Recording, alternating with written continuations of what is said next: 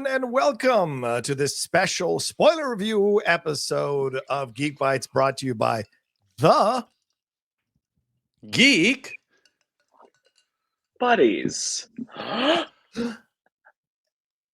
Hey! Oh, we were doing it proper. Nice. Hey. If you clicked on the title, you know that we are reviewing episodes 1 and 2 of season 3 or volume 3 of What If here. Episode 1 being What If Hulk Fought the Mech Avengers, and episode 2 being What If Agatha Went to Hollywood. So we're going to review about 20 minutes each episode. We're going to break it down and have some fun talking. This is our spoiler review, so if you haven't watched them, go back and watch them now. So let's get into the first episode. Michael, what an interesting first episode here. Basically, the story about friendship borrowed from Captain America Winter Soldier with Sam, and this time Bruce Banner instead of Cap there, having a conversation about friendship, helping him deal with his anger. And as a result of that, Bruce wants to get rid of this thing inside of himself, and he inadvertently creates an enhanced Hulk that destroys the first wave of Mech Avengers. A second wave of Mech Avengers appears from the coincidentally the newer characters that are coming on the MCU. They crawled this thing for 10 years, and then it comes back to fight. It destroys them. It almost destroys them all, and then Hulk Banner creates another version of himself to defeat it and walk away from this thing with his minions behind him to chill out at the beach. Your thoughts on this first episode, buddy? Meh. Oh no. Okay. All right. Season 3 so far is not really doing it for me. Here's the thing about What If, and I, as anyone who's listened to us knows, I really thoroughly enjoyed What If Season 1 and What If Season 2. I thought they were really great. They were a ton of fun. I think last year we talked about every day waking up, getting to see a new little gift of Marvel goodness that was exciting. Part of what makes What If work is they take one thing and change it, and then let everything else, all the pieces fall. Both of these episodes just kind of felt more like a hodgepodge. Like stuff was just kind of thrown together. And if you know the MCU, like I just came away with like a lot of questions. Like the opening, well, that's my overall thoughts. We'll get into the specifics. Overall, my feelings were kind of meh, and I'm underwhelmed this season so far. I'll save my specifics until after you've both talked. I guess Michael kind of threw an audible here, so let's do that. Shannon, your thoughts on the first 2 episodes here overall. The second episode being Agatha wanting to become an actress and then wanting to have power to defeat the Celestials, and then getting her ego played to calming down by the end, and they've got a 3-picture deal with Howard Stark, who's apparently now a media mogul, which is, of course, what happened to Howard Hughes, which is who Howard Stark is loosely based on. So, Shannon, your thoughts on the first 2 episodes. Did you like it? Did it work for you? Are you with Michael's feeling? I won't go as far as to say meh, but I will say the first one was fine. It was like, okay, this is interesting because, I don't think Sam and Bruce ever talk in any of the first 3 phases of films that we get. So I was like, oh, okay, so they met, that's fun. And the whole idea of them kind of Voltroning up, I'm like, all right, it's a fun idea, but by the end, it was sort of like this is what I would call the definition of a filler episode. It was like put them in a fun premise. It was a phase 4 celebration because you had a lot of phase 4 representation from Moon Knight and Shang-Chi.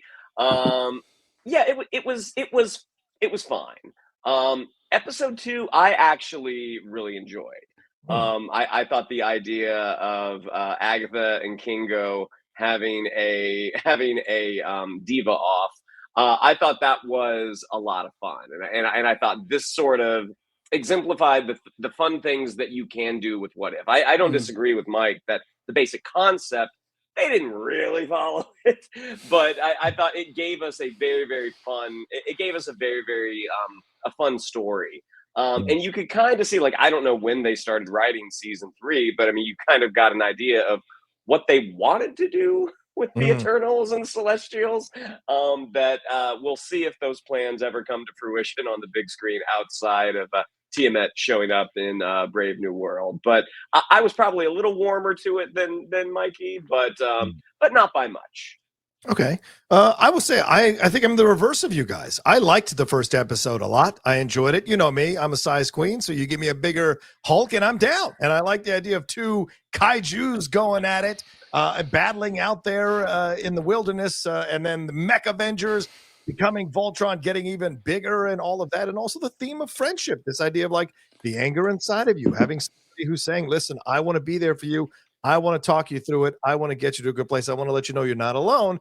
And then realizing, whoa, this was too much anger, and someone has to kind of bring you back, and that's Monica Rambeau to tell Sam, "Hey, listen, he's out here. You said this. You've got to go address it. You're the one that talks about dealing with your problems. Go fucking deal with your problems." And he goes and deals with Bruce, and Bruce comes back, saves the day, and essentially walks off with his minion. So I liked it. I thought the animation was great. The beginning of a 1980s animated cartoon, the Tony Stark looking like the 1990s Iron Man we saw with that mullet. I loved all the illusions they had there, and I enjoyed the story itself. Was it predictable? Did I see all the beats coming? Yes, but it was nice to hear the voiceover work of all the current MCU people like Oscar Isaac and TEYONAH PARRIS and Anthony Mackie and others having a fun conversation with it all. And then the second episode, I'm just not a Celestials person, so it bores me to tears. And Agatha, I guess it's fine, but she was fine. So actually, let me quickly say, she was great. My issue is Kumail Nanjiani is so miscast as Kingo that it drives me nuts. If you watch really good Indian actors from India, you're like, man, what a mistake was made here. You know, we just reviewed Dune Prophecy, Shannon. They brought in to play Francesca, one of the premier Indian actresses from that country. And when you see her in Dune Prophecy, she brings a nobility and grace, a regalness to her character with the limited screen time. I think Kumail is a little bit miscast in this role. And if you got a stronger Indian actor from India, I think you'd have had way more resonance in the back and forth with him and Agatha. But the visuals here were stunning, absolutely stunning when she becomes the goddess out there with all her powers and battling and what have you. So it was a cute episode. I just appreciated one more than two, but I hear you guys on liking two more than one. So let's jump in the specifics. Let's go to episode one. Michael, what stood out to you? What worked for you? As I said, we got a Mech Avengers here. We got the Phase 4 people showing up. We got Sam leading the way, as he's going to lead the way eventually. But we do have a Mega Hulk. We do have even an uglier Mega Hulk. So back and forth about this whole thing. So what stood out to you? What worked for you? What didn't work for you? Talk to me about everything you got out of this episode. Well, as you were kind of going through your list, like what I liked about conceptually doing Mech Avengers sounds like a great idea. When we watched the trailer, I was like, oh, this is going to be awesome. Giant Hulk Kaiju, great. Kaiju versus Mech Avengers, great. Opening with an 80s cartoon, tons of fun. And I like the idea of like, okay, let's do a Sam Wilson, Bruce Banner thing. Let's kind of do like, we'll play on the Winter Soldier moment. I liked Bruce Banner going to counseling with Sam. Like there was a lot of nice stuff there, but then you kind of just did. And then all of the Avengers built Mech Avengers to fight the Kaiju and they died. And now it's 10 years later. And now we're going to do the new cast, which I was like, okay, I see what we're doing. We're going to feature the Phase 4 people. But here's where it kind of fell apart for me. And I started to get very annoyed. Some of the better episodes, one of the ones that stood out, I forget, it was the one in season 2 where Star-Lord came back to Earth as a kid in the 80s.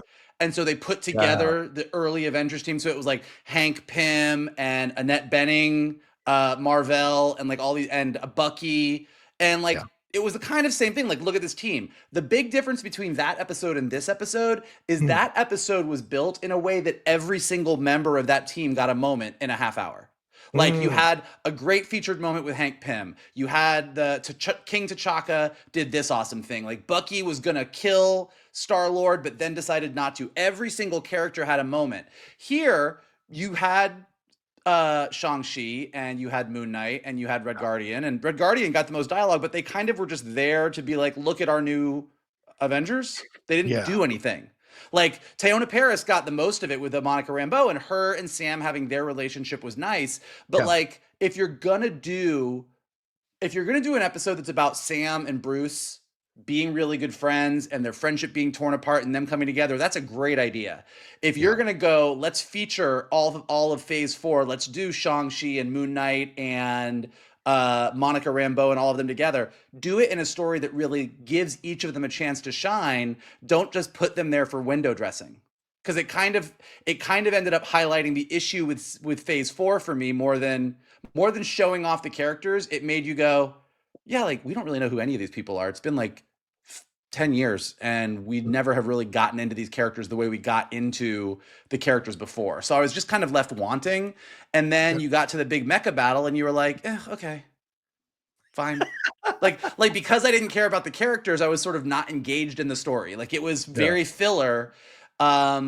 And I think it did a disservice to both. Like if you had really focused on Sam and Bruce for a full half hour and really delved into like what that was about, because like kind of like Sam was mad at Bruce because Bruce was like hulked out and like left him on a boat. Like, you know, it was like, and I know that led to the whole kaiju thing, but it was like, it was all very surface because they wanted to make way for the mecha stuff, which was awesome. Right. But then the mecha stuff, you didn't really get a chance to shine because you spent so much time on the Sam and Bruce stuff. So it kind of was neither fish nor fowl for me. Okay, fair point. Fair points rather. Shannon, your thoughts on episode 1? What stood out to you? What worked for you? Any thoughts on the animation, the style, and then plot points? What are your thoughts here? I mean, the animation continues to be really good. I think with this episode, this was a concept artist's dream.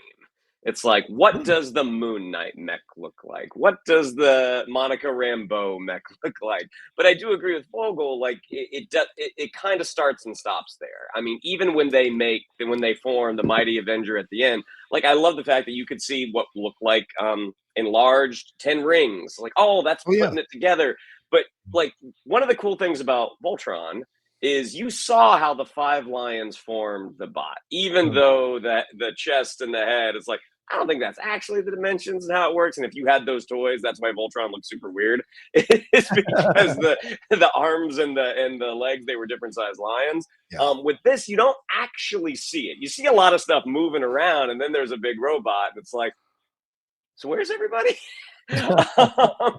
But in terms of just Sam and Bruce, their relationship, I'm like, oh, this is nice. I mean, this is something potentially nice, and that Sam is a therapist, and you see Bruce giving that a try. I do agree with Vogel. Like everyone that shows up, I mean, outside of Monica, really. I mean, Red Guardian, Melina, who was voiced by Kari Wahlgren in this. They are just kind of there to be set dressing. And ultimately, I think this was an idea that they're like, it would be really cool to do this, but they didn't quite crack the story enough where it is wholly satisfying. It's sort of the announcement of the show being back.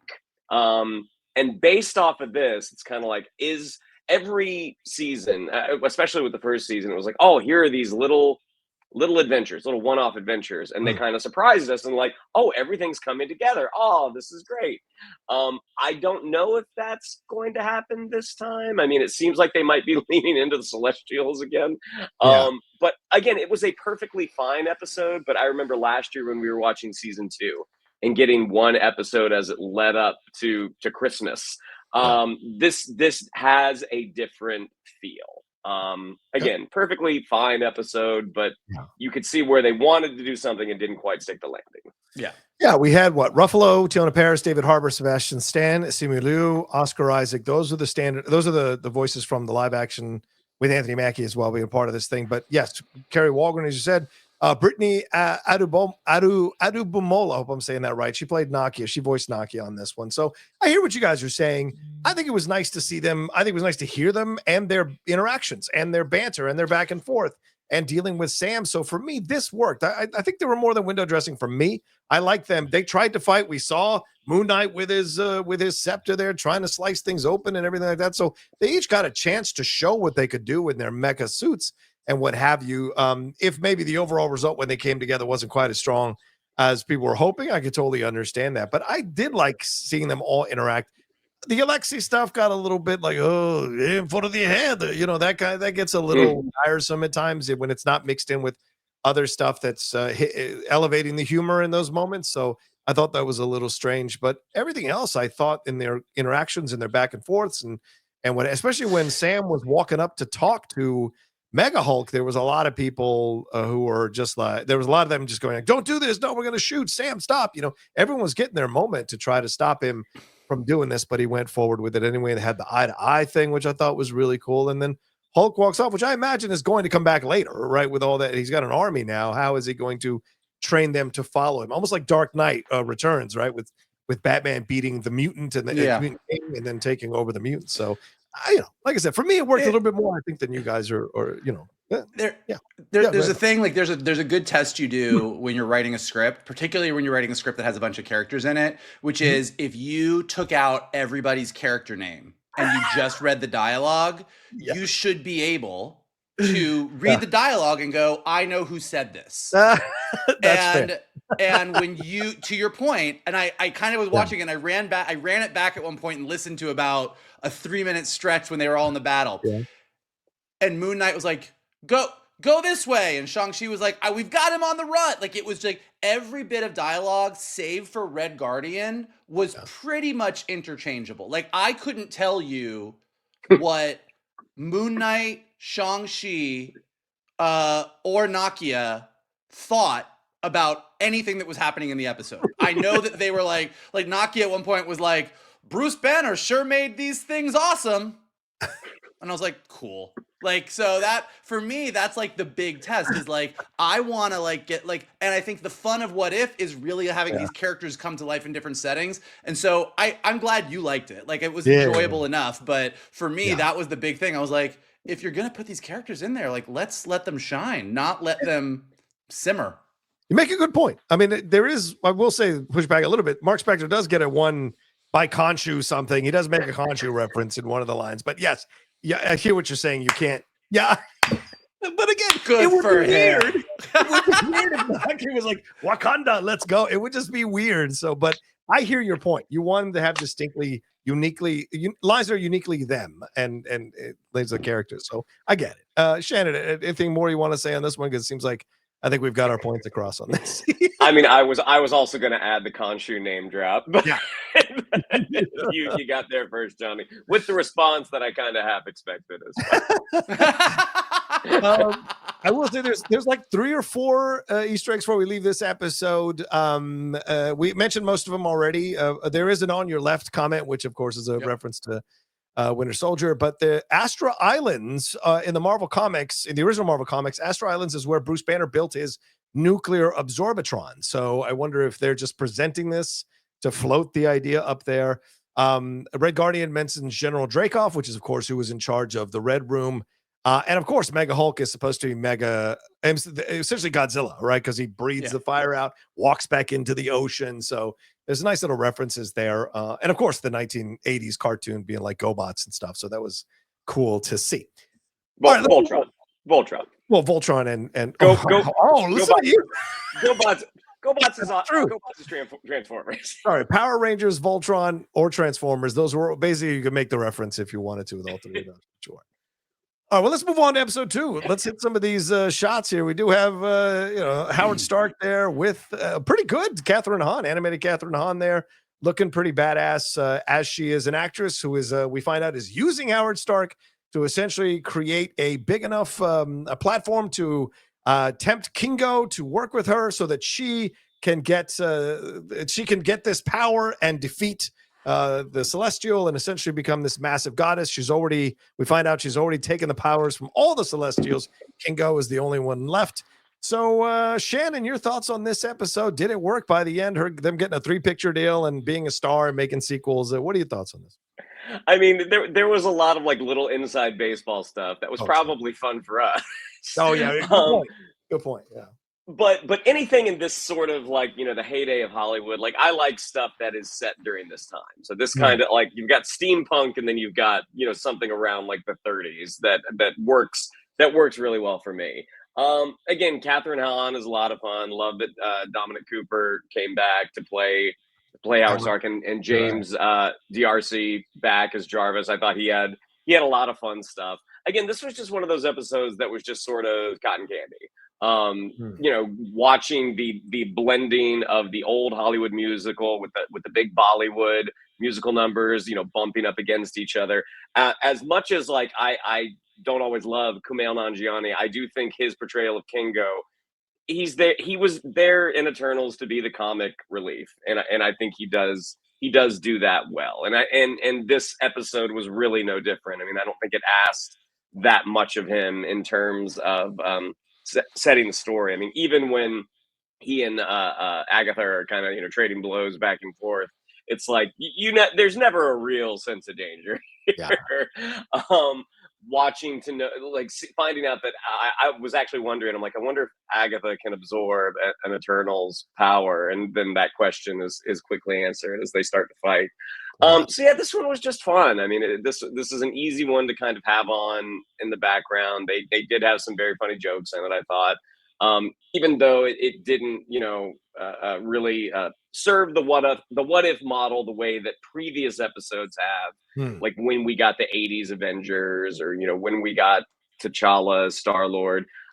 This was still an enjoyable episode, and I'll be curious based off of the reception, because this is not the first time that I've heard people have issues with the first two episodes so far as season 3. I'll be curious if this is one of the highlights, because I definitely did enjoy this one. Michael, what stood out to you? What worked for you? What about this episode? So again, the concept I think is fun, and I agree with Shannon. Like the old school Hollywood musical number up against the Bollywood musical number was very fun. Yeah. Setting a Marvel kind of superhero adventure in like 1930s Hollywood, all fun ideas.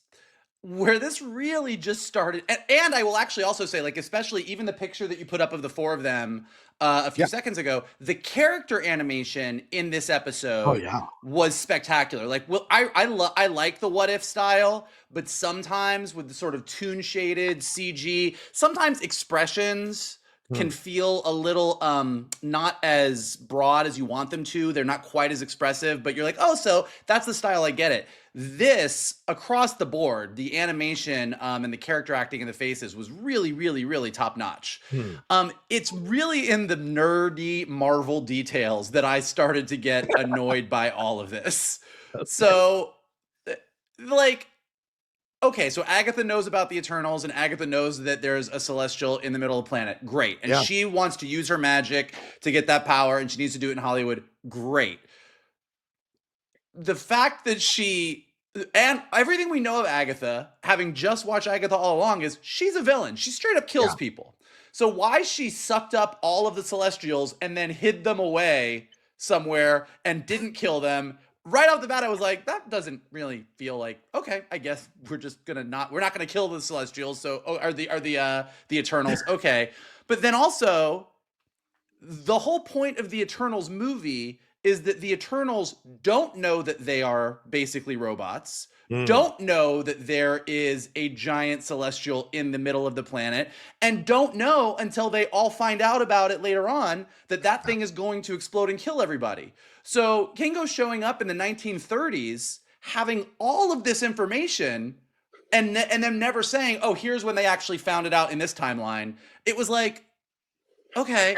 And then also, he has been pretending to be an actor and pretending to be his child and his child and his child because he doesn't want anybody to know that he has these powers. And then he just shows up with Agatha and just starts like shooting her with all his powers, and everyone's like, cool. So like, and again, for the fun of it, I'm not upset that any of this stuff happened. Right. I just think that the writing and the execution and the explaining of it was like, so we're just doing whatever the fuck we want. Like we're like, there's no, it does the Eternals movie and the logic of the Eternals and when they found out stuff. And because like, if Kingo found out, like for example, if Kingo like showed up and Agatha was like, oh, by the way, there's a Celestial in the center of the planet, and I'm going to suck up that power. And he was like, I didn't know about that. And it was like, oh, this was the moment that he found out. And he found out decades before he did in our timeline. Okay, cool. And then they can have a fight and do all the fun stuff. But this was just sort of lazy writing. It was like, okay, let's just ignore the logic of our own cinematic universe so that we can do the fun stuff. And so then by the end, I was like, all right. And then again, because I think we talked about this a lot with Agatha all along the series, I like that Agatha's a villain. I like that even by the time we get to the end of Agatha all along and she's good with Billy, you're still like, it could go either way on any moment. Like, I don't think that you're all of a sudden an altruistic person. So her being a being that has the power of 2 Celestials, and she's like, I'm going to do whatever the fuck I want. And Kingo goes, but don't you love movies? And she's like, you're right. I do love movies. I'm going to put it all away. I'm good now because I love the movies. I was like, okay. Okay. Agatha loves the movies. Well, and this is where I come back to, because I mean, I thought, as I said, the end, like this shot is is just gorgeous. Like, it's just a beautiful, beautiful shot. And Michael, you bring up an excellent point about the character animation here and the facial things, the faces they were making. All of this was really great to see. And initially, I liked the idea. Like, okay, you know, it makes sense. I love movies from this time. So the idea of a actress, there's even commentary about actors and their egos and all this kind of. So I'm all on board. When Kingo shows up, it's this big thing. The three twists, right? Howard being like, "Oh, I knew you guys were this all the time." I'm like, "Oh, come on!" And then making a visual effects joke when you know, Marvel ain't really in the best place to make visual effects. That was poor taste. She should have cut that line. But yes, at the end, it is her going, "Hey, betray the Celestials so that you know, I'll give you a 3-picture deal." All right, I'll do it. And then turn it right around and go, "Hey, if you do this, then we'll get to make more money via sequel to You Be Beloved." All right, I'll do it. That to me was a little frustrating for ending. I wanted much more stakes. I mean, that being said, the Griffith Observatory was cool. The stuff drawing the runes that Jarvis did, I thought was really awesome. So visually, fantastic episode, but just kind of lightweight. And I think they're teasing that they're going to fight down the road, obviously, some other Celestials and what have you. And so we'll see. But I found it to be wholly unsatisfying story-wise, even if I enjoy the performances and the animation in this second episode. Yeah, I just think in general, compared to season 1 and season 2 both had 1 or 2 episodes where you were like, okay, that wasn't great. But like most of the episodes were like, okay, this concept is great. And every character, it's like every character is like, okay, given these circumstances, this character went this way instead of that way. I understand why they did that. That's interesting. This makes sense. Even like with the T'Challa episode where you're like, oh, T'Challa being in space, he convinced Thanos to be a better Thanos. Okay, yeah, because T'Challa is a way better person to be in space than Peter Quill. I totally get that. Like everything sort of was like, oh, this one difference sent this entire universe in this direction. Both of these episodes just kind of felt messy. Okay. Concepts were good. Like Mech Avengers, great concept. Agatha in Hollywood, great concept. But then in just the execution, it was sort of a mixture of kind of lazy writing and also a realization that like we just don't have the attachment or the deep understanding of the phase 4 characters that we had with the characters in 1, 2, and 3. That's actually a good point. Shannon, what are your thoughts on that? Do you feel the same way? And anything more you want to add to this conversation about this episode? Well, no, I would fully agree with that. I mean, it's not like as we were watching, especially the first episode, it's like, boy, I wish Moon Knight would do this. That thing that he was so famous for in the show. It's like, I fought, and you know, sometimes Mr. Knight showed up, or I wish Shang-Chi would do this. Like we saw the rings. I mean, that's kind of the amount that's as much as we've gotten with them. I think Kingo was probably, for this episode, I think Kingo was a good choice because of a very large ensemble cast. Kingo did have a very distinct and unique character, and you know, lining him up with Agatha definitely makes sense. But true, it's interesting because I know like season 2 of What If kind of got dinged because they're like, oh, there's all these people that you haven't used, and then when you finally did get to use them, it's like, oh, that's right, we don't actually know them that well. So this twist, the whole concept behind what if they did something different, it's like, well, we're not overly familiar with what they would do now. So I do agree with that. That's interesting. Yeah, and do you think this is a low-key way of like like them saying, yeah, we know you didn't like Eternals, like by making Tiamat so easily defeated within like 2 minutes? I mean, is that a little bit of a shot across the bow of how little they want to go and back and touch on this? No, because when this was made and went into production, they didn't know that they weren't making Eternals 2 yet. Yeah. Okay. Like this is so far back that what we are seeing is not a reaction to, oh, you hated Eternals, so we're going to do this. This was guys, Eternals is a part of this universe. There's going to be an Eternals too. So we got to double down and like do all this stuff. Like it's like that this is what would have been. Yeah. Hey, not what if, what would have been. I like that. That'd be funny as hell. What if everybody liked Eternals? All right, any final words, man? I think we're all in kind of somewhat agreement in that there was a little bit lackluster opening to season 3, but maybe there's more coming. I mean, I got a text message from somebody this morning that said, what if ... what if season 3 was good? Was it Kevin Feige? What if All right, well, there you go. We're going to be reviewing these episodes as we go along here. So just letting you guys know, but we knocked out the first two to start off our review. Let us know. Oh, no, that's it. That's what you guys handle that stuff. All right, Shannon, what are we going to tell them? Yeah, I'd like to follow us on social media. On Twitter, it's at @geek_buddies. On Instagram, at @the_geek_buddies. If you'd like to follow me on social media, on Twitter, it's at @Shannon_McClung. On Instagram, it's Shannon the Geek Buddy. What if you followed at MKToon? Yeah, I didn't think that through. And what if you followed at the Rocha Says? Hey, things never know what can happen to you. Yeah, the next season 3. The things don't always land. The next 3 episodes are what if the Red Guardian stopped the Winter Soldier, what if Howard the Duck got hitched, and what if the Emergence destroyed the Earth. So just letting you know that's what you're looking forward to. Michael, what else do we have to tell them? What if you smash that like button below?